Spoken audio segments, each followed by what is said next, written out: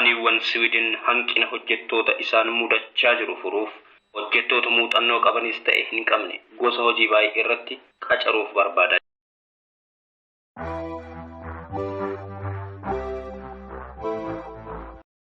Kaampaaniiwwan Sweden hanqina hojjettoota isaan mudachaa jiru furuuf hojjettoota muuxannoo qabanis ta'e hin qabne jiru. Kunis kan ta'u baasii barbaachisu hunda ofii isaanii raawwachuudhaani. Ashama harka fuune nagaan hunduma keessaniif haa ta'u jechaa mee gara qophii keenya irra walii wajjin ilaalluutti dabarra. Akkuma jalqaba seensa irratti dubbachuuf yaal irratti Sweden hojjettoota kaampaaniiwwan ishii gara 7 ta'an hojjettoota baay'ee hojiiwwan gosa baay'ee irratti barbaadaa jirti. Kanaaf kun akka kanaatti Sweden visa sponsorship jettanii Chrome marra galuudhaan jechuun browserii barbaadan irratti search gochuudhaan kana argachuu dandeessu jechuudha. Linki website kana commenti jalqaba irra isiniif kaa'eera jira fudhattanii apply godhachuu dandeessu. Guyyaan hojiin kun itti bahee hojii akkamii akka hojjetamus tokkoon kaa'ee jira. Gosoota kaampaanii 7 ol ta'anidha hojii kana kan baasaniiran. Isaan keessaa nuti kan tokko irratti qofa apply goonee ilaalla jechuudha. Bakka mul'atu kan irratti click gochuudhaan gara kanaatti seentu. Warri kun hojiiwwan babbahanidha. Quality engineering jira, specialist credit, maintenance technician, senior human rights business partner, financial controller, planner. Hojiiwwan gosoota hedduutu jira jechuudha. Manufacturing engineering jira, project administrator. Baay'eedha hojiin isaanii kunooti gara hojiiwwan 545 ta'an kan baheeru isaan keessaa kan tuna ilaallata kan jedhamu irra daddabarsuun tokko isaa keessa seentanii ilaaluu qabdu jechuudha. Otoo apply hin godhin dura.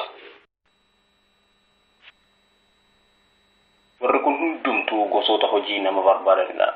Store person jira, project engineer, warehouse worker. Baay'eedha jechuudha. Biyyoota garaa irraadha kun kan inni barbaadu.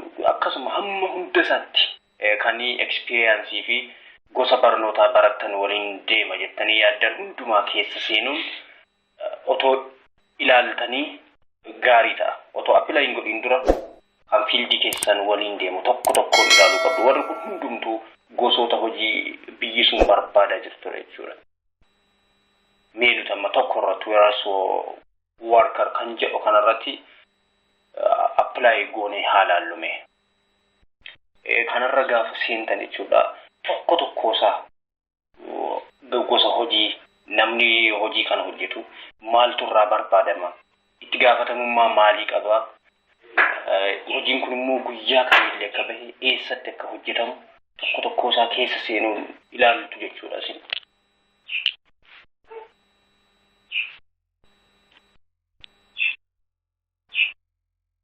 Requirement and the qualification umuriin keessan meeqa ta'uu akka qabu, driving license yoo qabaattanis gaarii akka ta'e tokko isaa ilaaltu jechuudha. Sana booda akkamitti apply goona kan jedhu irra deemtu.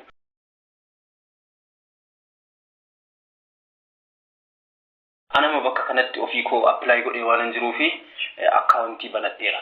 Isin garuu jalqabatu wanta kana apply hin godhin dura account haaraa kanarratti banachuu qabdu jechuudha. Bakka shi create account jettu kanarratti cufaastu.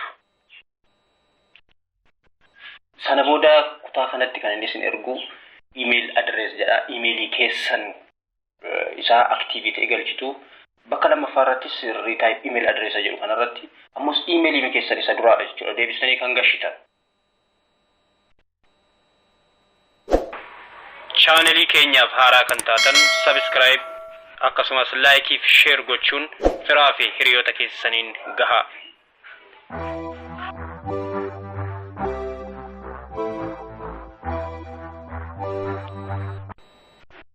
Sanarratti passwordii keessan kan emailii keessanii ta'uu hin taane passwordii haaraa iddoo kanatti kan uummachuu qabdan jechuudha.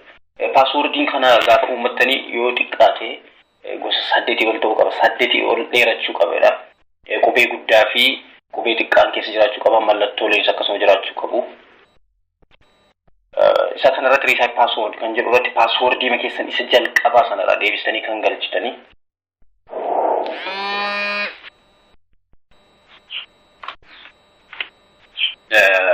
paaswordii sana dabaltu sanattaanee maqaa keessaniif kan abbaa keessanii qubee gurguddaadhaan kan barreessuu qabdan jechuudha first name irratti. Last name kan jedhu irratti maqaa akaakayyuu keessanii kan isin barreessitan. Sana booddee maqaa akaakayyuu keessanii erga barreessitanii booda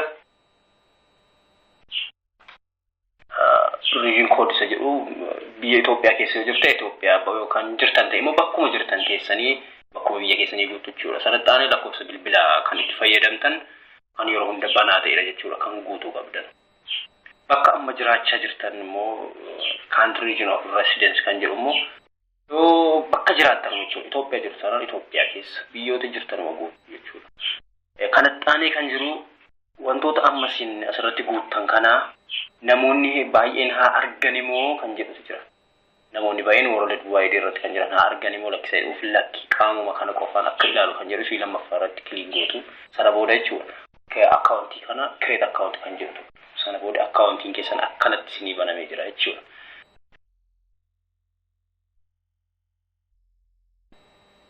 Erga akka seentanii booddee tokko tokko ishee ilaaluu qabdu kana tokko tokkoon resume CV keessan akkamitti cover letterii keessan illee tokko tokkoon akkamitti gochuu qabdan kana seeraan guuttanii jennaan dhimmatti hojii kana arganneef hin qabdanis jechuudha. Profile information keessan asittillee maqaa keessan maqaa akaakayyuu keessanii bakka jiraattan Amboo yoo taatan Amboo, Naqamtee yoo taatan Naqamtee, Finfinnee yoo taatan akkasuma Jimmaa, Harar eessa ta'uu danda'an rakkoo hin qabu. Bakkuma jiraattan jirtanii emailii keessanis biyya keessan lakkoofsa keessa tokko tokkoon guutuu qabdu. Addana kanatti immoo qacaramtanii jirtu jechuudha. Guyyaatti eegaltan guyyaatti hojii kana dhaabdan tokko tokkoon gashuun isinirra jiraata jechuudha. Warra kana hundumasaa ofuma keessan keessa seentanii current employment, formal education, hojii sadarkaa barnootaa keessan meejoriin keessan maal akka digirii akkamii gosa maaliin barattanii akka jirtan mana barnootaa eessatti akka barattan tokko tokkoon isin gaafata waan ta'eef ishii kana ofuma keessan ilaalaatii guutaa isiniin jedha.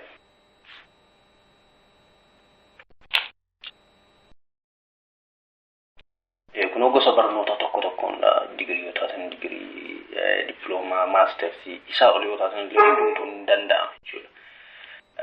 Gosa barnootaallee tokko tokkoon chemistry, physics waan hundumtuu jira. Kana qaane kan jiru job specific information kan jedhu jechuudha. Isa kanas eessa akka dhageessan waa'ee dhaabbata kanaa maalirraa akka dhageessan interneetirraa yoo ta'e yookiin immoo hiriyoota keessan yookiin immoo madda kan biraan qabdullee yoo ta'e isa gidduu kanarratti jechuudha kan isin guuttanii.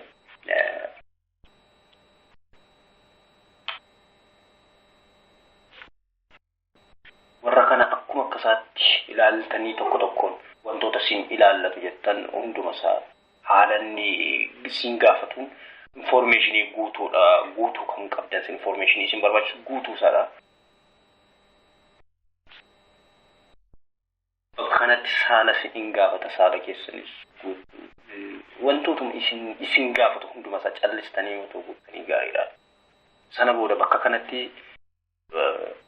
profile keessan irra deebitanii dogoggora yoo jiraate view profile kan jedhu kana keessatti sana booda save gootanii booddee apply gochuu qofaadha jechuudha. Erga apply gootanii booda karaa emailii keessanii deebiin isin qaqqaba jechuudha. Qophiin keenya har'aa kana fakkaata ture. Qophii biraan hanga walitti deebinutti nagaan tura.